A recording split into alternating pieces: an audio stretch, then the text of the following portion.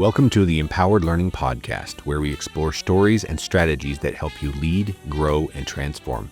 Today's episode is a special bonus from our 2026 Wealth Reset series, featuring a powerful and purpose-driven conversation with financial strategist and impact leader, Rich Schaffer. With over 30 years in the financial world, from insurance to fintech, Rich has spent his life teaching middle America the real rules of money. But this talk goes deeper than dollars. We unpack the small daily habits that build lasting wealth, the emotional traps that derail progress, and the systems that make success more sustainable. If you've ever felt the weight of financial stress, this one's for you. Let's dive in.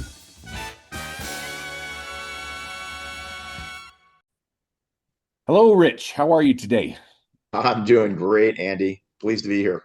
Oh, I'm so glad that you're here. This was kind of a bonus episode here. We've been hitting it hard since the beginning of 2026 with our Wealth Reset series. And you were somebody that I had eyed from the very get-go to make sure that you were on there, and just schedules didn't align here. So I'm so happy that we were able to grab you here at the tail end. So we're just going to put you on as an awesome bonus episode, kind of the cherry on top of the great cake that we have already. So Appreciate that. It's a pleasure, and I'm looking forward to it. awesome, awesome. Well, lots of things to dive into, but I want to start here. You have worked in nearly every corner of financial services. What is one truth about money that, if more people understood, would change everything for them? I really like the way you couch that question. I've thought about that and variations of that question a lot of times, and I think one of the probably most fundamental things I could relate it to is, not everybody has played competitive sports necessarily, but I think just about everybody listening to this has played a game at some point or another. I don't care if it's Hmm. Monopoly, right, which was Right. my personal favorite. But the truth of the matter is, what would be the likelihood that you could win any game Hmm. or even be competitive if you didn't know the rules? Wow. Okay. Next to none, right? So fundamentally speaking, the number one problem people have, and we want to think it's lack of willpower, lack of discipline, and those are certainly elements of it. But it is really that fundamentally people don't understand the rules to the money game. Hmm. And as a result, they don't have the ability to make wise decisions. Now, Right. I'd love to say that that's just sort of accidental, but unfortunately, it's not. You look at the biggest buildings in any city, in any state, in any country in the world are obviously bank and financial institutions. And that is not an accident. And it's Right. because they know three things that the rest of us don't fundamentally know. Number one, they realize that it's I guess what you might say is the golden rule, but it's not the one you learned in church, right? It's he who has the gold makes the rules. Hmm. Possession is 9/10. So number one, they have the money. Number two, they know what to do with it because they obviously both build and control the rules to the game.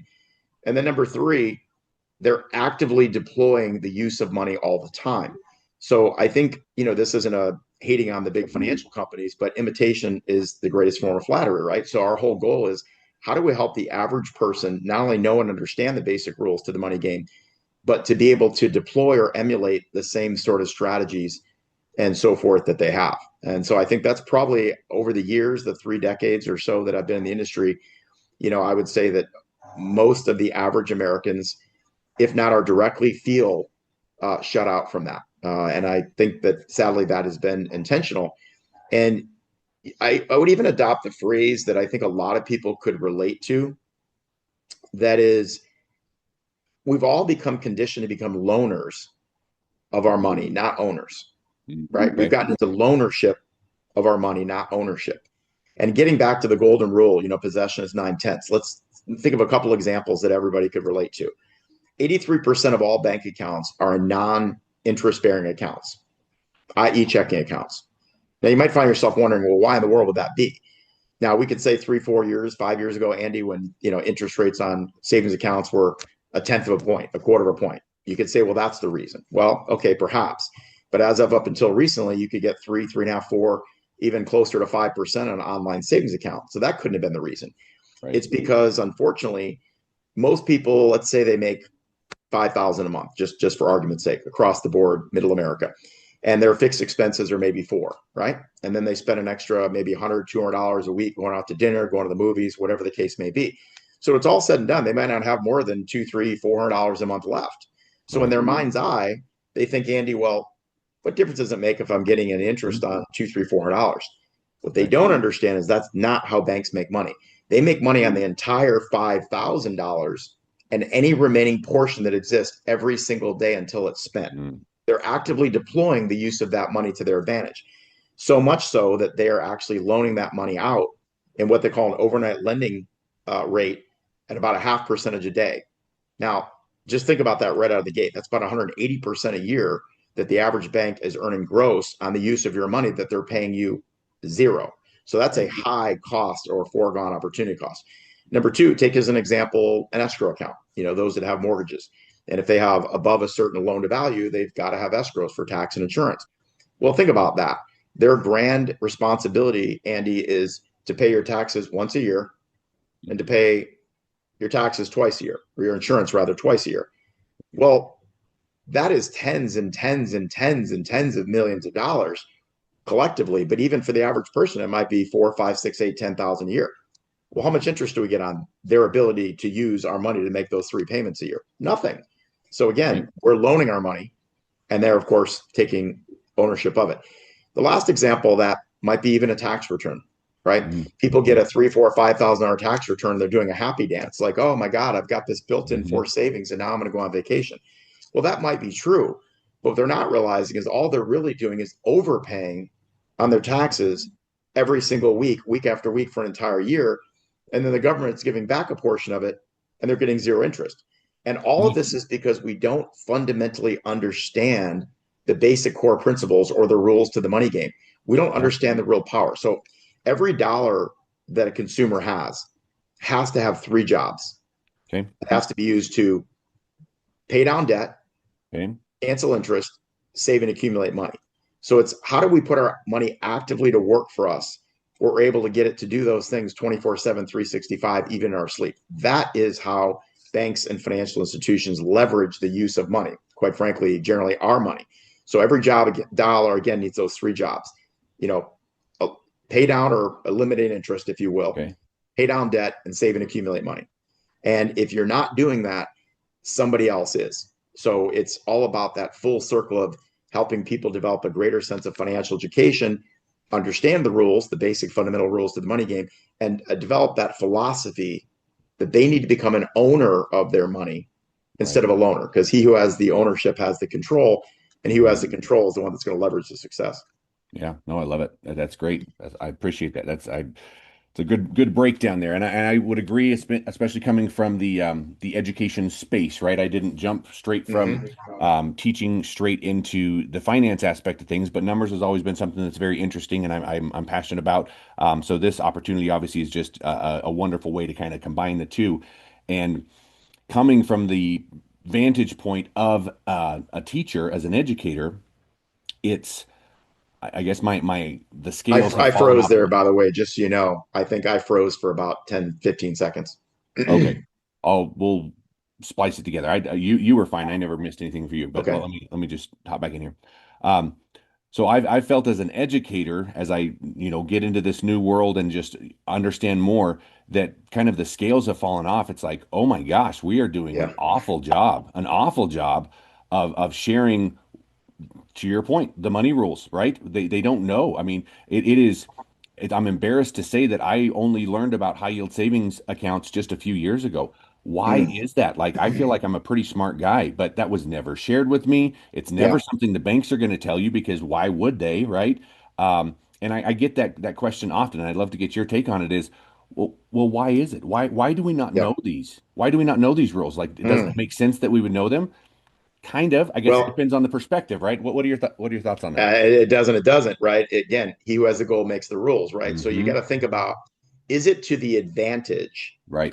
And again, I'm not vilifying the industry. I'm not saying that all banks and financial institutions are evil. But what I am saying is, again, emulation or imitation is the absolute greatest form of Hmm. flattery. So we're not bashing the banks and the financial institutions per se. We are exposing them a little, perhaps, but it's all about saying, how do we replicate what they do? And more importantly, how do we make it available to the masses? So it's not inherently their advantage, Andy. I mean, Right. let's face Right. it. You look at the amortization schedules. I'm sure lots of people have obviously talked about that on your channel here, but at the end of the day, the first thing I ever learned, and I was a young person, like eighth grade, literally, was something as simple as the banking rule of 72. A lot of people have referenced that, Right. but it's a way to be able to understand compound interest and the time value of money. And we've heard this a lot, Einstein, the eighth one of the world, those that understand interest earn it, those that don't pay it, and all that kind of thing. But man, there's some truth to that. Mhm. Time value of money, compounding interest, dollar cost averaging, basic things. And I was fortunate, honestly, through no maybe you know intentionality of my own at the time Mhm. to learn Mhm. these basic things. And when I understand, in fifth grade, I'm sure all of us have had this story at one point or another, probably you too. But you Mhm. get the teacher that says, hey, would you rather have $1 million? Right. Now, of course, 40 years ago, $1 million. I mean, that may as well have been a trillion. But Right. $1 million or penny a day, double every day for 30 days, right? Mhm. Now, I'm going to be very honest with you. I'm not saying I was so bright and somehow fundamentally figured out mathematically in my head, but I was just a contrarian by nature, right? I was always against the grain. I don't mean in a rebellious way, but I just felt like, if everybody's doing most things wrong, probably the opposite is more likely to be right than Right. wrong. So Right. I think there might have been somebody else in the class. So I won't say that, but I know for sure I was among the only ones, if not the only one, that said, I'll take the penny a day, doubled every Right. day for 30 days. And so the teacher's like, great, working out the math, right? And you start realizing it's millions of dollars. I mean, in a 31 day term, it could be like $5 or $6 million. So, Mhm. we think about immediate gratification, right? We're very much a consumer nation, and that is used against us. And because we Mhm. don't have the ability to truly understand the long term impact of the decisions we make, specifically financial decisions, it's one of the reasons that we make a lot of poor decisions. I came up with an analogy many years ago, and this is 20 years ago. And, I reference this a lot. I think probably you yourself even heard me talk a little bit about this, but, here we are in January 23rd, right? And every January 1st, there are two top New Year's resolutions. Mhm. What are they? Lose weight and make more money or save more money, invest more money, right? There you go. Fitness and finance. Okay. Number Okay. one, lose weight, get in shape. Number two is get out of debt and save money. Now, here's the follow-up question. Why are they the exact same two every year? We're obviously not doing a very good job of that, are we? That's right. And it's not the people don't, plan to fail, they fail to plan. They fail to follow through. Now, again, we could argue, Andy, that it's, people lack discipline, they lack fortitude and structure and all that stuff, right? That's partially true, quite frankly. But I'll let those listeners in on a little bit of a secret, which is that I'm going to let them off the hook a little bit. And here's why. Because here's how difficult it is to lose weight. Okay. So this isn't a weight loss program, but we'll just break it down to be as simple as possible. Okay. Ready? Okay. Eat less, exercise more, right? Easy peasy. Well, Okay. it is that simple, but it's not that easy. But here's why it's complicated. Because if I was to ask every single person that's watching this right now, and I was to say, or even yourself, Andy, and I was to say, hey, do you know exactly how many calories you've taken in so far today? No, no idea. No chance, right? Nope. Do you know exactly how many calories you burned so far today? Nope. So you see, even if we all fundamentally knew eat less, exercise more, the problem is at any given moment, we don't actually know or have a fair barometer of how many calories we took in or burned, right? Right. And that's because we eat different foods in different Right. amounts at different times in different Right. quantities every day. We're Hmm. involved in different levels of physical activity. Sure. So the problem is we don't really have a real-time barometer. So I came up with this analogy years ago, and some people have kind of snaked it from me over the years. But imagine if I was able to create.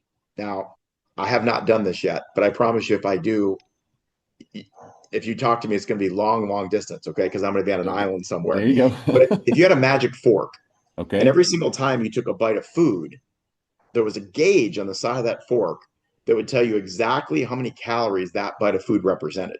Okay. And then you could turn it around. There'd be a gauge on the other side of that fork that would have a picture of exactly what you'd look like if you continue to eat that way every day in 90 days, right? Now, in real time, we have the ability to see the long term impact of a decision we're either just made or we're going to make in a few seconds, right? And that sort of direct relationship really makes a huge difference, because we're not really good at understanding the long-term impact. It's Mm-mm. kind of why we make a lot of poor decisions in life, unfortunately, because we're emotionally driven in the moment, et cetera. Mm-hmm. So that would make a big difference, right? We would start. So you might say, I'm going to have one bite of chocolate cake, but I'm not going to have five. Mm-hmm. Mm-hmm. Whereas, what else does that relate to? Well, the second item, get out of debt, save money. Well, how hard is that one? Well, it's just as easy. Ready? Okay.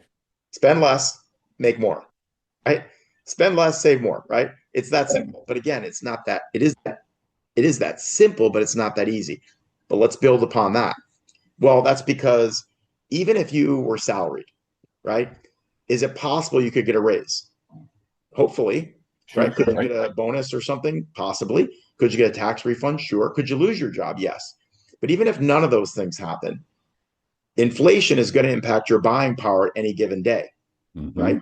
So what happens is the money you earn is not a straight line.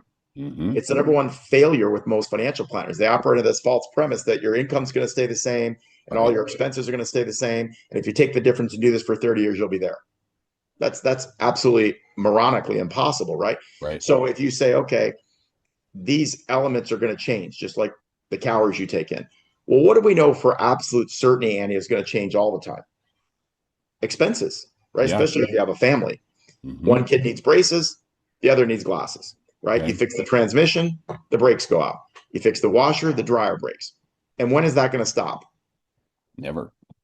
Right? So again, spend less, save more. Well, that sounds easy peasy, except that both these things are constantly moving. Mm-hmm. So what is the weak link? There's one other element to it. This is probably the biggest one, if I was honest. And this has nothing to do with finance or math Mm-hmm. or numbers. It's that we associate eating with pleasure and dieting with pain. Mm. And we associate spending with pleasure and saving with pain, Wow. which is why it's called retail therapy.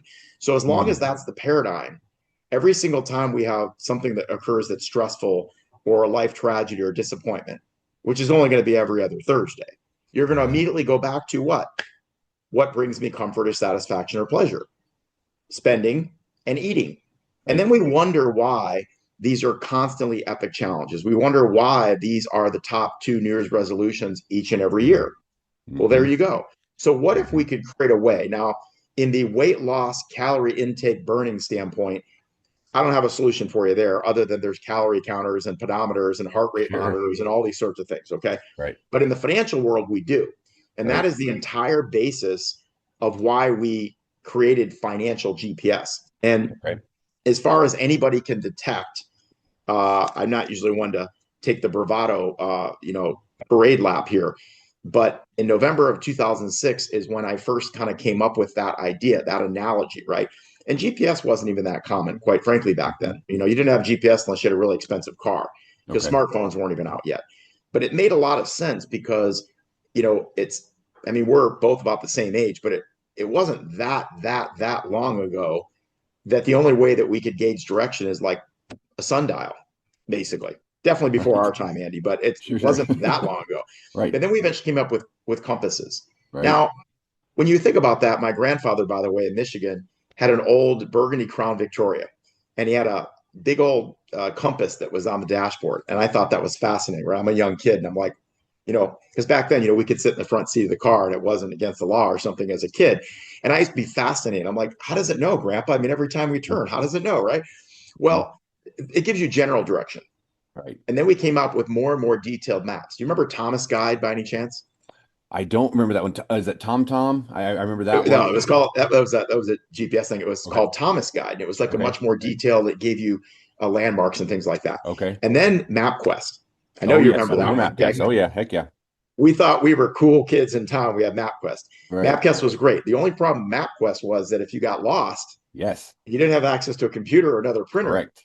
you were kind of SOL, right? Right. So GPS just took all of that technology and made it available, well, Right. now in the palm of our hand, right?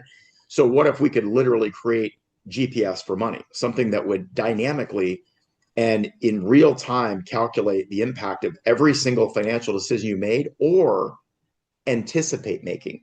So now you understand the foregone opportunity of making decisions. Right. Well, if it's right in our face, most of us can probably follow that plan. Just like if you're going to, I don't know, a doctor's appointment, Andy, you got a map.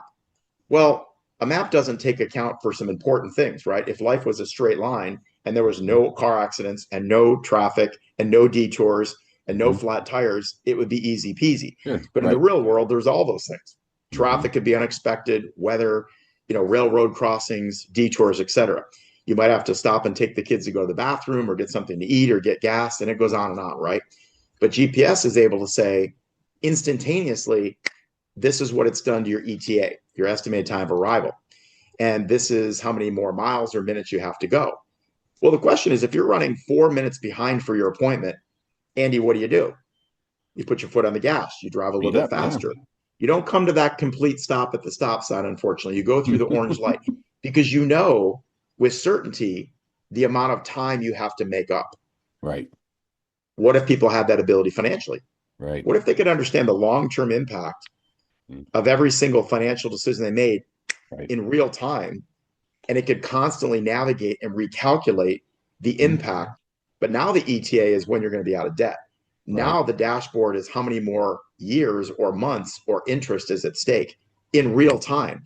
Because most people, no matter how good they are at direction, can probably turn right in 200 feet when GPS says to do it.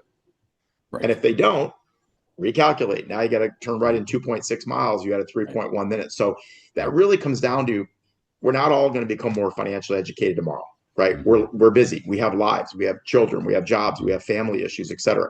Right. So how do we make it that the average person can bank like a bank at the push of a button? How do we actually incorporate all of these proven systems and strategies into a friendly user-face technology, a web-based system that could actually work like a virtual financial coach to actually help navigate them financially? Talk about putting power in the hands of people.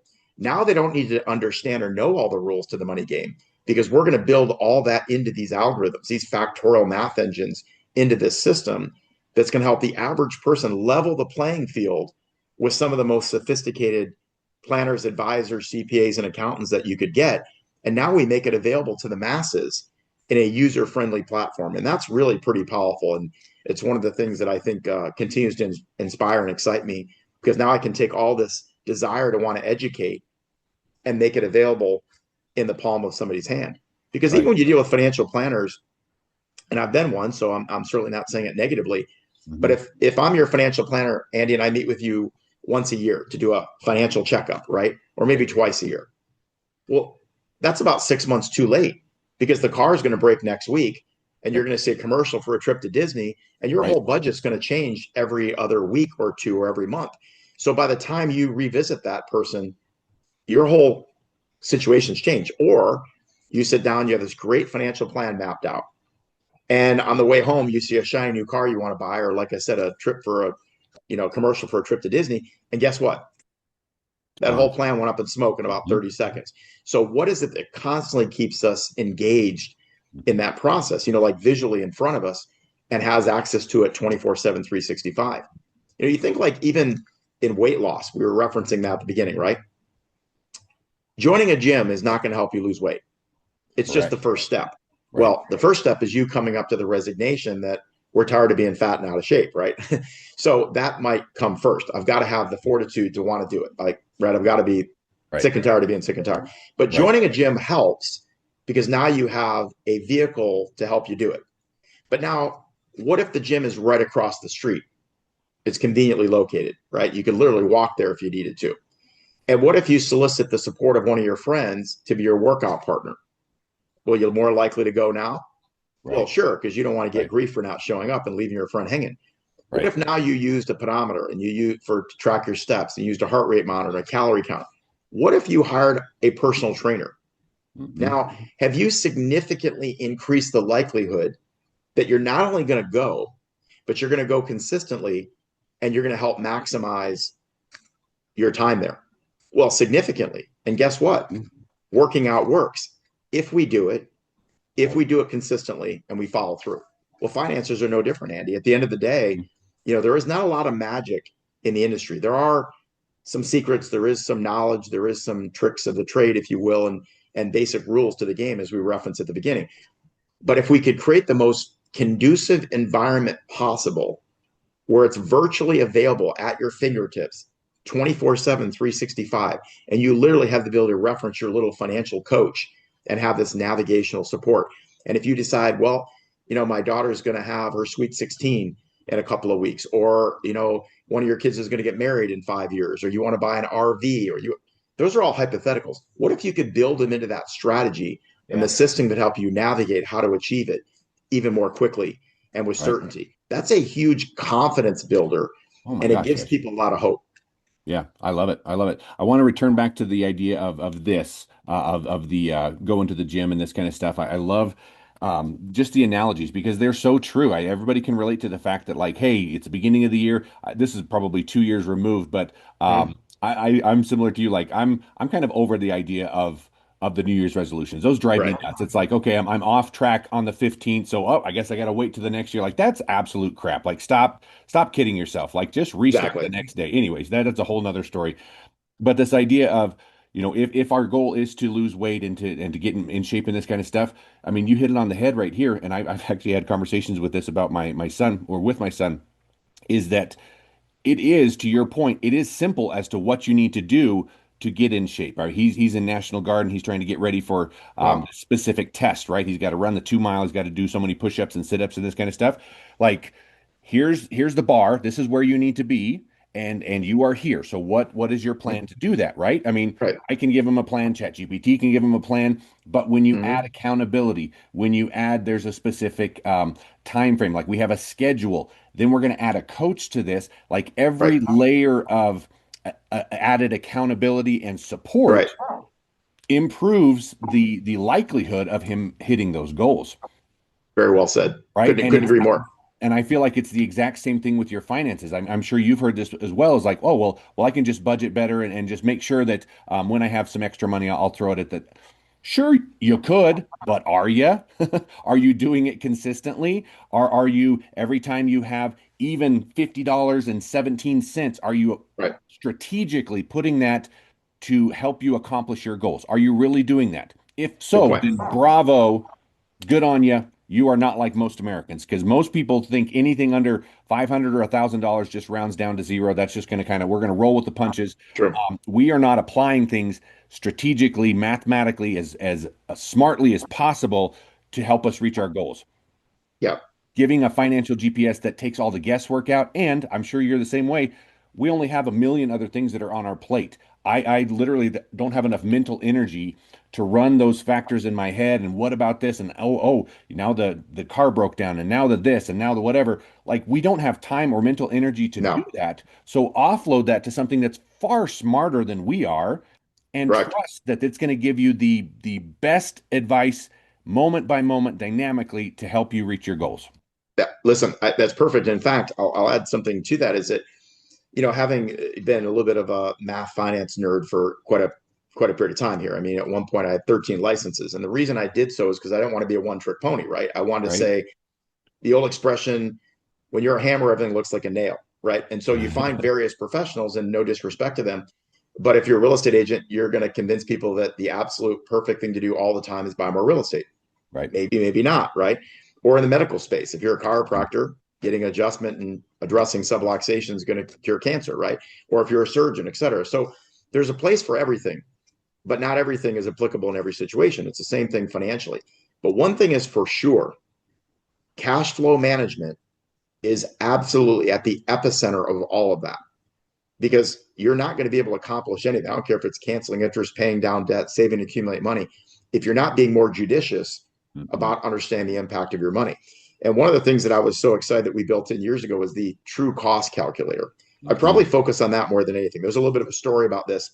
If my brother hears this, he's probably not going to be too happy with me. But about 3-4 years ago, he wanted to buy a new fishing boat. He lives in Michigan. He's probably the most knowledgeable fisherman I know. He's forgotten more about fishing than you and I will ever know in 3 lifetimes, and has thousands of different sorts of tackle and bait, and he's got hundreds of rods and reels. And he was going to get a new fishing boat, nothing super fancy, small inland lake kind of thing. And I want to say that it was $8,000 some odd or something. And so he went to the place, of course, how it is, right? In real estate, it's location, location, location. In loans, it's interest rate, interest rate, interest rate. But when it comes to borrowing money, it's payment, payment, payment, right? So he came home with told his wife, it's only $175 a month, right? And years ago, when I started in the industry, nobody thinks you know what you're talking about. And now you get unsolicited requests for guidance about everything all the time. So they're like, well, what do you think we should do? And they have our program. I'm like, and they didn't even know about the true cost calculator. I said, well, put it in the system and put that hypothetical in there. Well, unfortunately for my brother, it indicated that it's not $8,600. It wasn't $175 a month. It was $13,326.11. Wow. Even, here's the important point, even if they paid cash, because that is now the opportunity cost associated with purchasing that item as opposed to dedicating to debt service. Wow. So now the reality is, if you're looking at something that's, 13,000 as opposed to 175 a month, that completely fundamentally changes your perspective on what's at stake, not just the added months and years to your debt service and so forth. So most people are not, I would say not ignorant, but sometimes they are, because we don't know what we don't know. But they're not stupid, right? And most people aren't lazy, and they don't lack total discipline. That's not true. Is that when the prize, if you will, doesn't seem great enough or big enough or real enough, we won't seek it. There's one of the early mentors gave me an example I'll never forget. And I would say this: let's say, Andy, there was we were in a live setting, okay? And there was a table, and I said, hey, there's a $100 bill on this table, right? Would you come over and get it? Sure. Right. Yeah. Oh, well, what if it's $1,000 check? Sure. But now what if I told you you had to crawl on your hands and knees through crushed glass to get it? Probably not gonna do that for $100. Probably not gonna do it for $1,000. What if it was $100,000? Probably yes. Because you'd say, well, I could sit in a hospital room and have them pick glass out of my knees for a month for $100,000. That is the point. It's not so much that people are unwilling to do what it takes to achieve their goals. It's that the goal isn't clear enough. It doesn't seem real enough. It's not attainable enough. And there's not a strategic approach to help them achieve it. But when you can see in real time the impact of something 20, 25, 30 years from now that you just did 30 seconds ago, or that you're planning on doing, it's amazing how people will tend to adapt and adjust that. So I think that's really, and a lot of people talk about the math, a lot of planners and advisors, and the math is one part. The other part is the psychology, and then it's the efficacy of it. It's the efficiency, right? I mean, you think about this. People say it to me sometimes, oh, I could do this, that, and the other on my own. I'm like, great. Are you doing it? Yeah. Well, no, but I could. Or I say, here's a pen. Show me your current strategy to be able to implement the concept of interest cancellation, and exactly how much you're going to be able to save and or accumulate in the process of doing so. See, everything sounds great forensically, but here's the better answer. How many people do you think in America actually change their own oil? Many people don't even cut their own grass or clean their own houses anymore. How many people do their own taxes, right? How many people go to Starbucks when they can make coffee at home for a quarter, right? So you start thinking about how many things on a daily basis, Andy, literally a daily basis, that we do that we could absolutely do ourselves. And by the way, they require no education or no level of specific sophistication to do so. We do so because it's easier, it's more convenient, and or it's simply more efficient. So when we're talking about something that is probably the biggest impact of your life, which is finances, yet people say, yeah, I can just wing it. I mean, yeah, you could pay biweekly payments on your mortgage, knock off 6-7 years. You could pay extra money to principal, sure. But then the question is, well, how much are you going to dedicate exactly? Oh, an extra $100 a month. Great, good start. How did you come up with $100? It was a good round number you could dance to. Well, then what happens is there ever a month where you can't send the 100? Sure. Does that 1 month ever become 2 or 3 months? And by the way, what if you could have spent $58.37, right? So it's all about maximizing the impact, increasing the likelihood for follow through and effectiveness. And there's no matching that.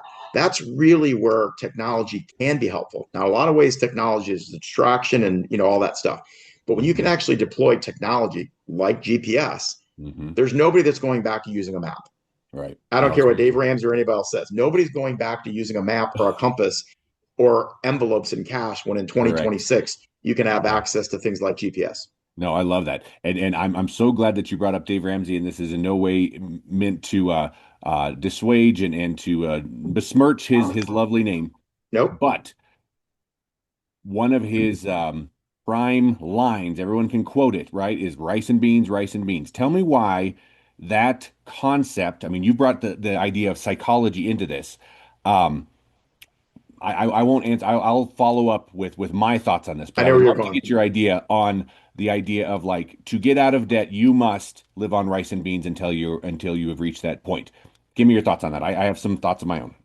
Great question. I know exactly where you're leading with that. Here's the reality. First of all, I got respect for Dave for two reasons. One, I'm going to acknowledge anybody that is out there trying to provide some degree of financial education to the masses. Number two, anytime you can create a movement of people that are more willing to make sacrifices, listen, I'm Yeah, all about that. right. However, every time we make a change, it's simply because something became available that possibly wasn't available before, right? Okay. Sometimes the most galvanized choices are, have you always done it that way? No. Well, what changed? Well, Mm, some new available, perhaps better right. opportunity became available. Well, if that opportunity could exist once, certainly reasonable to assume it could exist again. Right. So why would anybody want to deny that opportunity? Well, if Right. people are galvanized enough in their own philosophy, that's true. But when you talk about, he says rice and beans a lot. I like to say ramen noodles and cardboard because sometimes I think that's a little bit more realistic. And the fact of the matter is, listen, a starvation diet is going to help you lose weight too.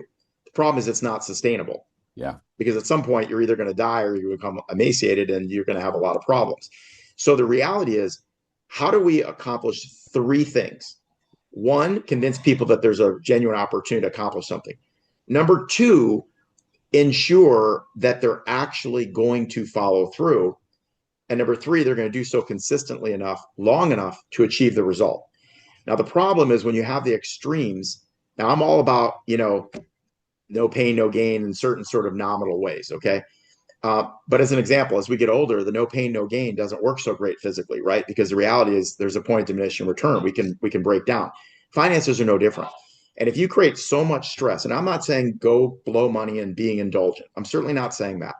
But if you strip away any of the basic little subtle victories and joys in life with all the stresses that exist, sure, in a vacuum where we didn't have any stress, Andy, in a vacuum where nobody got sick and nobody died and your kids got straight A's and you never got in a car accident, well, I Mhm. guess a little stress here wouldn't be the end of the world. But in the real Right. world, we're dealing with those things every day. Right Right. now, my father is in a nursing home. It's a Hmm. major stress. I have a Sure. teenage daughter. No shortage of stress there. We have a lot of things happening, right? So if you make it such a pride swallowing siege, Mm, not only are you not going to stick with it long term, mm, the rare person is going to stick through it long term. You're going to be miserable in the process. And guess hmm. what else can happen? You're going to be more likely to kick the dog, as they say, the kick the dog theory, right? Right. And you're more likely to create, I'm sorry to say, stress and strains in your daily relationships, friendships, children, spouses, etc. So if it's not a workable arrangement, you're not going to stick with it. And if you don't Right. stick with it, again, you're not going to follow through and be Right. successful. Right. And again, weight loss is the greatest example. Andy, I promise you, if you stop eating for 3 weeks, you're going to lose weight. But at what cost? Right. And is it sustainable? One of the Right. reasons that crash diets don't work is Hmm. because you haven't changed the psychology associated with Correct. what got you into it. And the same thing happens with money. So, what our technology does is it also financially educates you in real time about the cause and the effect. And Hmm. imagine if we told somebody that you didn't have to make any meaningful, significant changes to achieve a greater result. Here's Right. what we know: Right. when you work out and you start realizing you're losing weight, are you more motivated to work out or less? More. More. Yeah, absolutely. And if you start seeing definition and you say, wow, I really had some muscles underneath here or whatever, you're more motivated. The more motivated you are, the more momentum you gain. The more momentum you gain, the more likely you are to continue to follow through. So, see, what's so great is that if you right away go on the crash diet mentality, financially speaking, not only is it very ungratifying, but you actually start getting discouraged, right? Because you start thinking I'm living for nothing and, that sort of thing. So I Right. love the idea that we show people that they can actually improve their situation with as little as $1 of net positive cash flow or discretionary income. But here's Right. what happens when they start seeing the results and they say, wait a minute, you're telling me I could save tens of thousands of dollars of interest and years, maybe decades off my debt with just a nominal amount of money, Mhm. $5, $10 a day kind of metrics. You know what happens? You start looking for Right. ways that if $8 could make more, what could 20 do? What could Mhm. 30? See, it's the micro dollars. And that's something worth noting for people. It's not the 500 or the 1,000 or the multi-$1,000 expenditures. It could be. That's rare. Sure.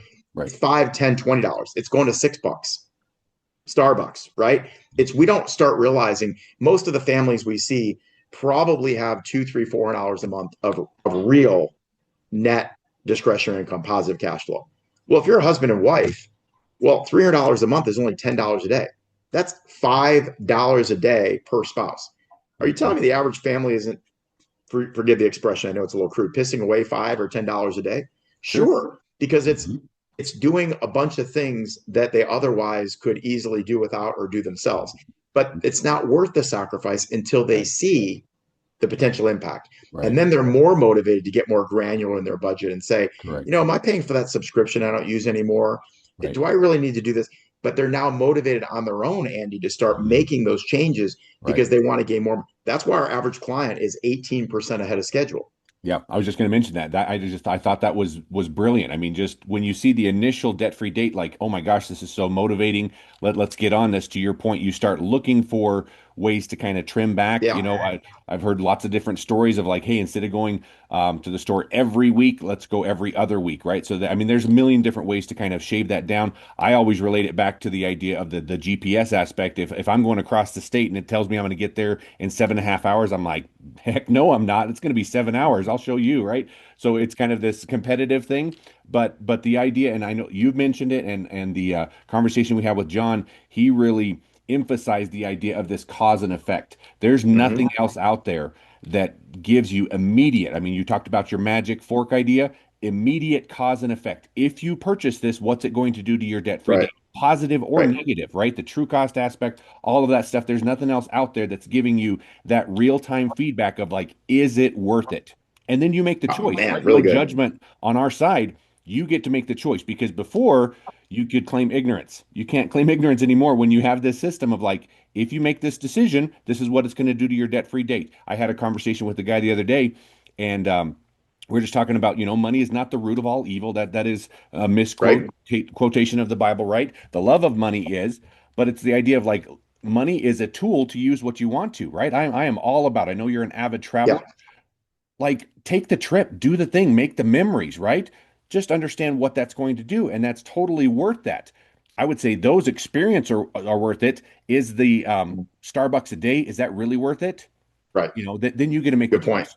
Yeah. Well, a couple of things that I was thinking about as you were saying that is, there's a great expression that says results is where the rubber meets the road, right? Everything else is just anecdotal and it's all conversation. Hmm. It's great. But a couple of things, I do travel a good bit, but there's something really interesting. The trip begins when you buy the ticket, Mm. not when you talk about it, not when you think about it, not when you would like to do it. There's something about the minute you buy that flight ticket that your world starts coalescing around saying, I've got these 17 things to do and I've got to get them all done in 30 days. Hmm. Isn't it amazing how, when we know we with certainty have to get certain things done before we go, that we get Hmm. them done? There's something about Yeah. deadlines. They always say a goal without a plan is a wish, right? Well, it's Hmm. no different in real life, right? So, and in that result is where the rubber meets the road. There's a lot of great theories, Andy. There's a lot of Right. great strategies. There's a lot of great concepts. But imagine this.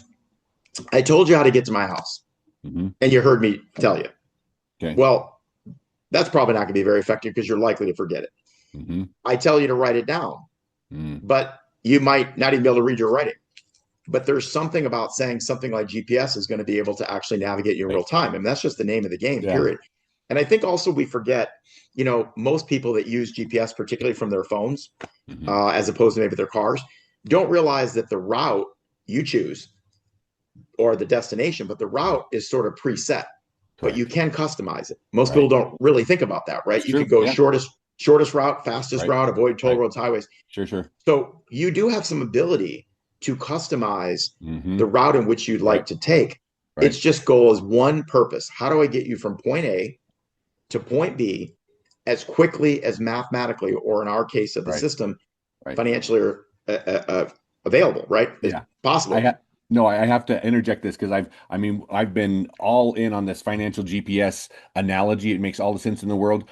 And my wife knows this about me. When someone you'd said like you told me how to get to your house, it is one of Mhm. my absolute pet peeves when someone starts trying to explain it. I'm like, oh, good Lord, please stop.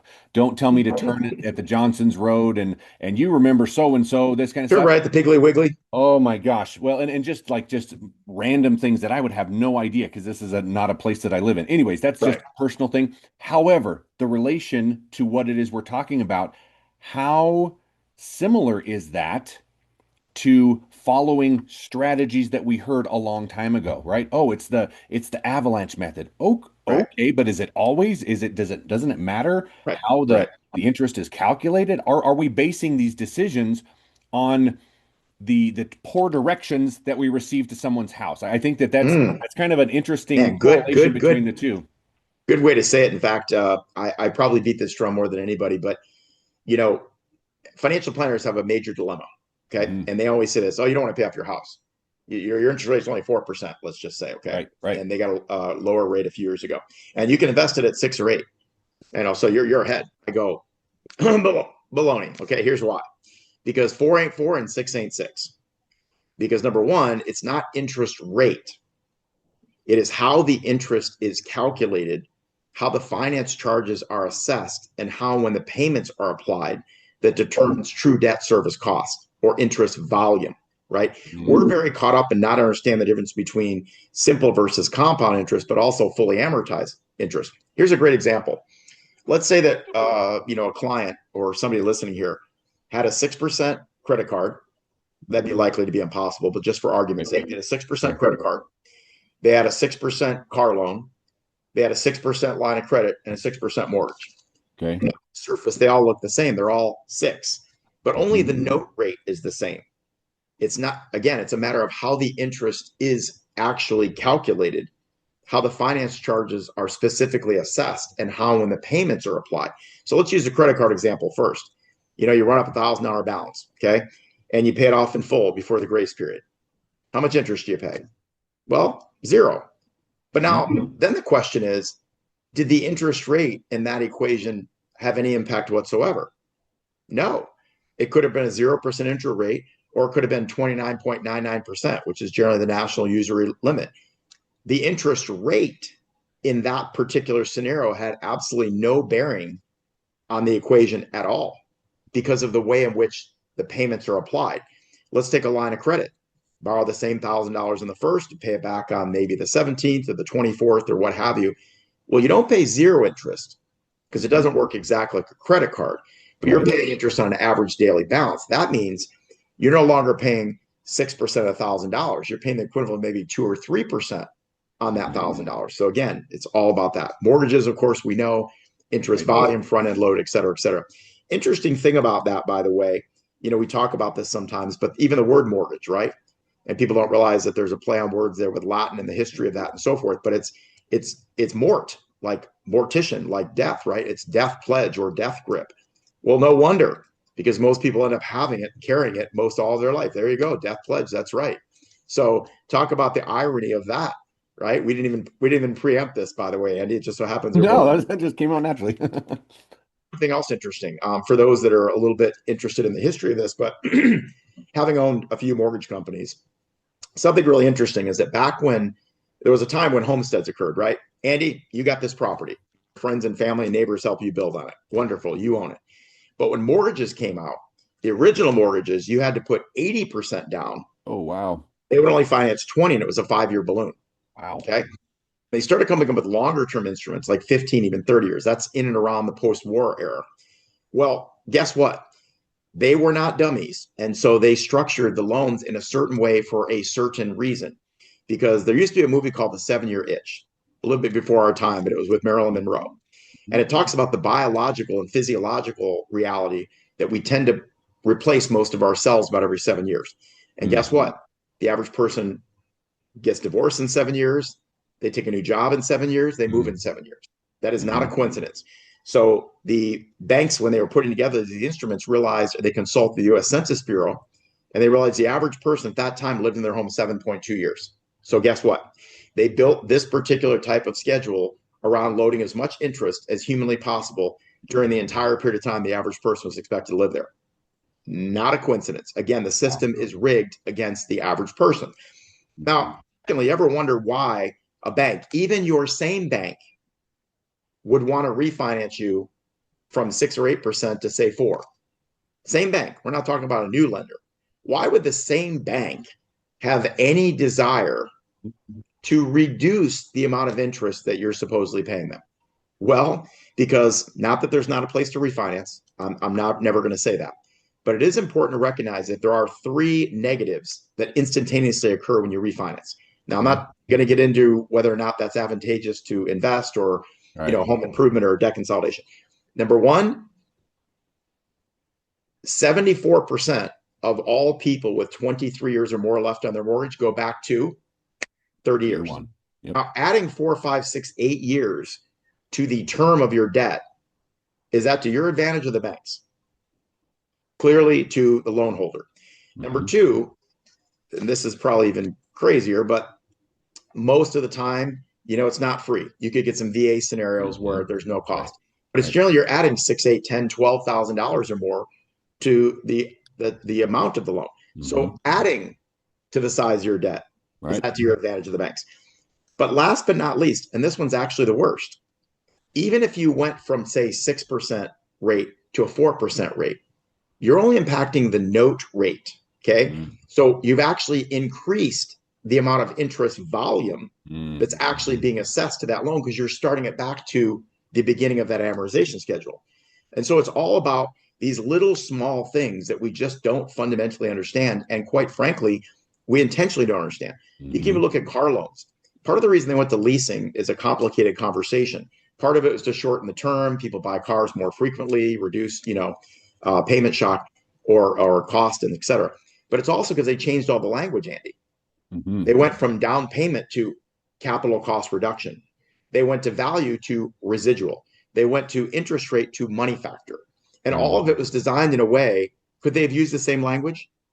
Yes. Why would they do that when we can create more confusion by throwing a bunch of new words out there?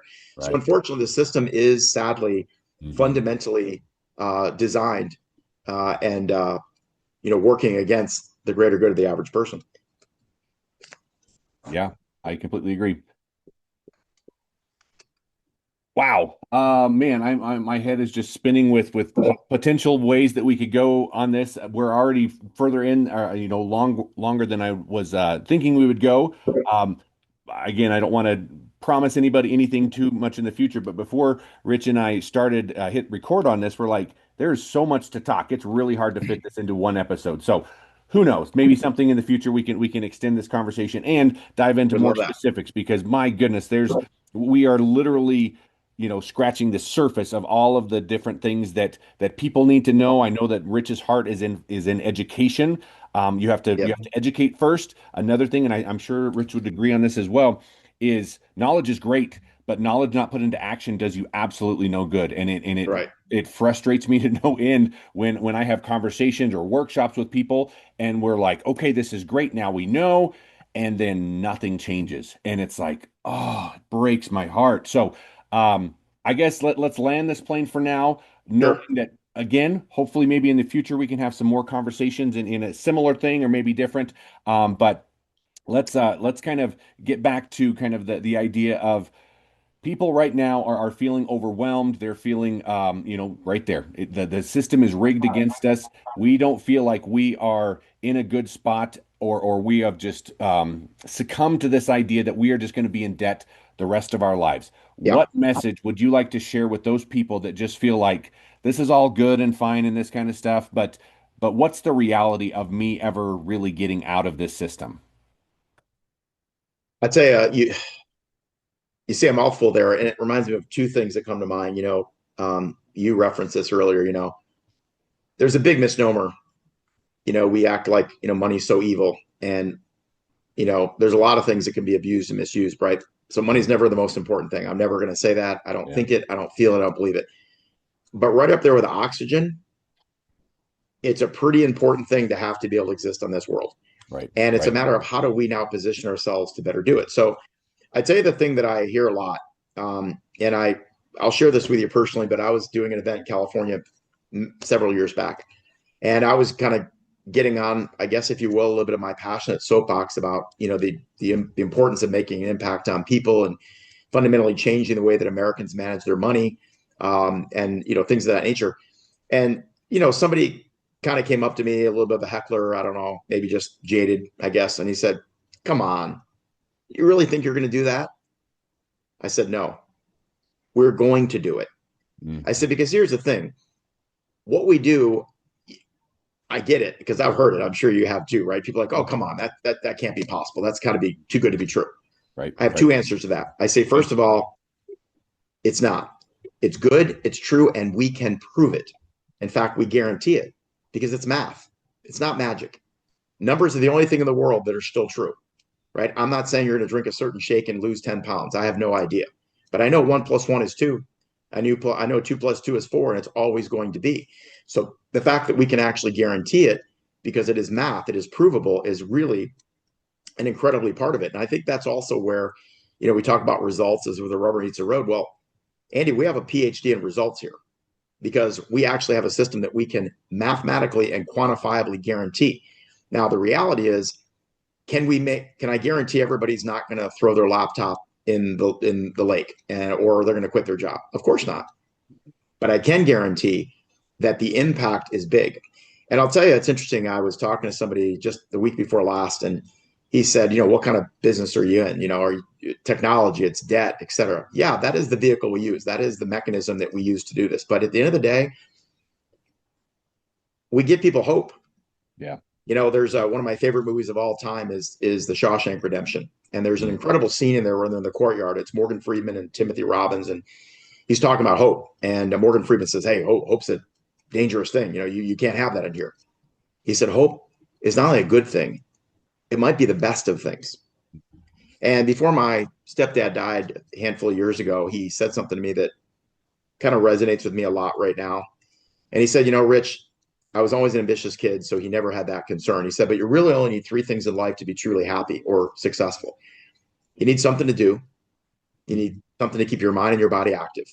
You need something to love, something or someone to be truly passionate about. But last but not least, you need something to look forward to tomorrow, next week, next month, next year." It's one of the things I've seen my mom struggle with since my dad passed away. Just the sense of lack of looking forward to things in the future. And so, how does that apply to what we do? In the 30 plus years I've been in this industry, I can tell you this: I believe that I've done a good job. I was always very client centric and educationally oriented, but I've never been involved in anything, not even close, that I have more people crying on appointments than here. And they're Yeah. happy tears. And I say that because you could get somebody in their 50s or 60s. Maybe they still have 30 years left on their mortgage or Mhm. still other things. What's the Right. plan? Right. 90, Yeah. 85, 95? They don't Right. have a plan. They're just winging it until they figure out what else is next. And you Right. show somebody like that without making any fundamental significant changes, not making any more money, they Right. could be totally and completely debt free in 8, 10, 12 years or so. And now they realize there is light at the end of the tunnel, that they could potentially still realize a lot of the things they wanted: retirement and dignity, maybe travel, maybe spending time with grandkids, maybe having an RV. That is probably one of the greatest gifts you could give anybody, is a Mm. renewed sense of hope that there's a better tomorrow for them and that it's attainable and realistic. And I just feel privileged. Yes, I'm thankful that I took on the ability to gain a lot of financial education, and I truly care about people. But I feel fortunate that it's a privilege that I actually have the ability to provide a mechanism and a platform that can be this impactful to this many people, and that we have the scalable opportunity to make it available to hundreds of thousands of people around the country that are generally struggling. And I'll leave it with this: lost a very good friend of mine a few years ago. Took his own life, and you hear more and more of that these days with struggles. And he lost his job, career he had for many years, and still had dependent children and so forth. And this isn't a good thing, Andy, but men tend to define themselves a lot based on their career and their accomplishments and their ability to protect and provide for their family. And we can think that is right or wrong, but it's also very true. And he just lost his sense of self. And I won't blame it entirely on that. There's always a lot of other things probably going on in people's mind. Right. But I remember thinking, wow, if that doesn't tell the story of how crippling people can feel when they're shackled with debt, I don't know what else does, because it's not the debt. It's the overwhelming anxiety that I can't get out from underneath the life I have. And I can't realize all the things I thought I could once accomplish for me or my family. So when you can give that just a glimmer of that hope back to people and give them confidence that there is a future better than their past or different from their past that they can achieve, it's honestly, at least from a professional standpoint, one of the greatest gifts and privileges I've ever had a chance to be a part of. Right. Right. I completely agree. And for anybody that is wondering why myself personally kind of took this new path, Rich hit it right on the head. This is something that is it is uncommon, and it is special. Doesn't, I mean, that sounds trite. It is an Mm-hmm. honor, and it is a privilege to be able to play a part in giving hope to people that did not have hope before. I'm sure you've had thousands of conversations. I've had dozens of conversations at this point because I'm early on in this, but one that really sticks to my head is a couple that just bought their house in their 60s with a 30-year note. Yep. And I asked, what is your retirement plan? And they Mm-hmm. looked at me straight in the face, kind of laughed, but I'm sure it was because it's uncomfortable to own up to the fact that, like, this is their current plan, is don't die. That was their current plan. Mm.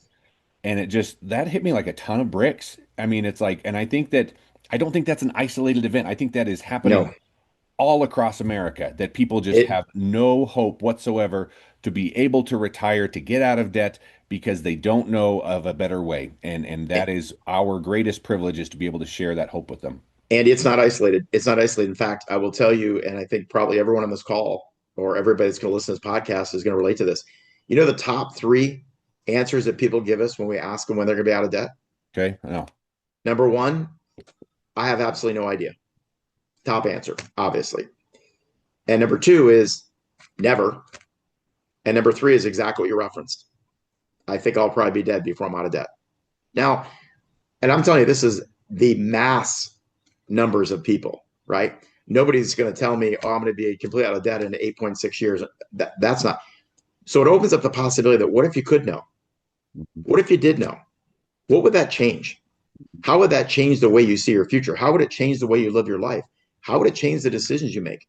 You know, and there's a great thing I tell my daughter a lot, and I'm sure I'm not the only parent to do this, but we all have done dumb things. I'd like to say it's unique to this generation, but I'm pretty sure that's definitely not true. But we make decisions we don't like, personally, relationally, financially, whatever. And we think I'll just make a different one. Hmm. But it doesn't work that way, Hmm. because decisions are based on how we feel. Hmm. How we feel is based on how we think. Hmm. And how we think is based on what we read, what we listen to, what we watch, what we think about, who we associate with. So if we don't change that, Hmm. it doesn't Hmm. change the feelings, but it doesn't change the decisions and the behavior and the Right. result. And I think that from a very profound way, who would have thought software or technology, something like the Money Max account, could fundamentally change the psychology of Hmm. people and Hmm. the way they think and what they feel is possible for them. And that is why we can make an infinite difference in people's lives long after the day we meet them, long after the opportunity that we engage with them. And that's real legacy. And then you start realizing that as we get older, it really isn't just about having and getting, right? It's about being and becoming. It's about legacy. It's about contribution and significance. In that respect, Andy, it's allowed us the opportunity to meet people like you and hundreds or thousands of people all across America that really truly are hurting and lost and looking for help. And it's an incredible opportunity and privilege to be a part of it. And I certainly thank you for the opportunity of being on your show today too. Absolutely. Absolutely. Well, Rich, thank you so much. It's been an absolute joy. And like I said, I hope that we hope this is not our last time having conversations like this, because this has been encouraging and uplifting and inspiring to me. And I truly hope that people have stuck around and can hear your heart. I know that you are we didn't even have time to get into all of the philanthropic things that you do. So again, I'll just leave it with that we'll have to do this again. But thank you for your time. Thank you for sharing your heart and your passion for giving Americans back the hope and the dreams that they had when they were kids. So I appreciate it, my friend. Andy, thank you so very much. And hopefully we can do just that to help bring back the American dream. Appreciate it. Very, very good. All right, take care, guys. We'll see you next time.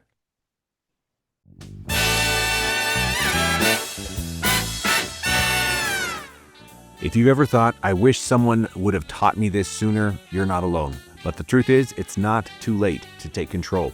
And if this special bonus episode from the 2026 Wealth Reset Series with Rich resonated with you, don't let that momentum fade.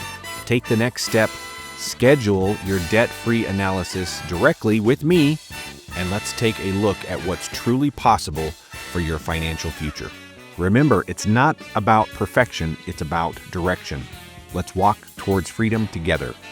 And don't forget to subscribe, leave a review, and share this conversation with someone you care about.